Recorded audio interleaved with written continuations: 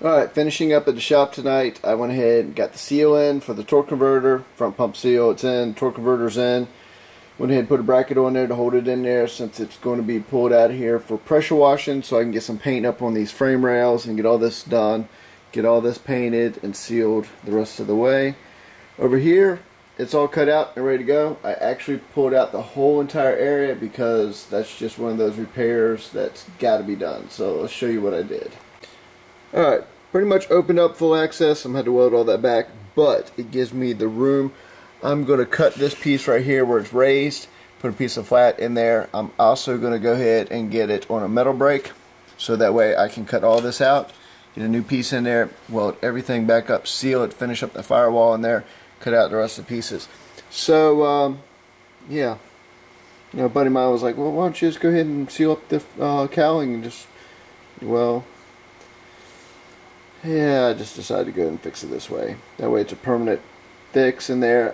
This is what happens when you don't clean out all the leaves and debris up around your windshield and where your wipers go. It all goes down there and sits.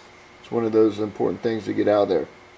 Make sure everything, when you're washing your car, you know, drains out the sides like it's supposed to.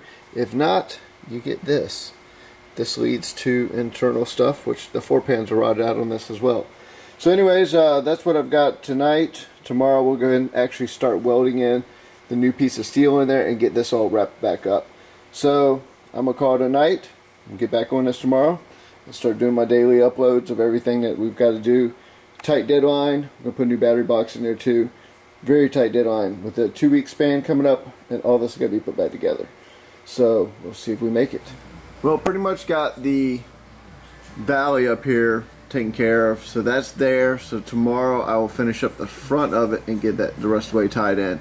So there's no more hole, no more rain going to be going inside of the cab, and so tomorrow I will wrap up, cut out the rest of this right here, and get the new piece in, tie it all together, and then of course we're going to seal it, put some rust preventative in there, get it all painted, taken care of, so that this won't happen again, and get this wrapped up. We're one more stage closer to getting the motor put in, because once this goes back together, then I'll be back to cleaning the engine compartment, getting some paint up in there so I can drop the motor in.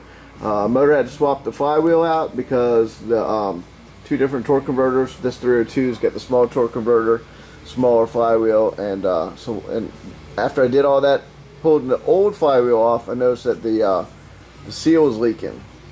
So once I noticed there was a little bit of oil back there, I'm going to go ahead and change out this the rear main seal, get that done. There's no way I'm going to put this in the vehicle without changing out that seal. So I'll drop that down, get that replaced, get the new flywheel back on it, get it bolted up so we can get it in this car, so we can get it in this truck. This weekend I should have the motor actually sitting in the Bronco II, so we're just that one step closer to being you know, driving. Also went ahead and ordered the new floor pans tonight, the hardware kit for the tailgate, the new headlights that I'm switching over to, so a couple of odds and ends. They'll be in next week, so can't wait. So anyways, check back tomorrow night, see what the next progress is. Get y'all on the next one. Video night videos.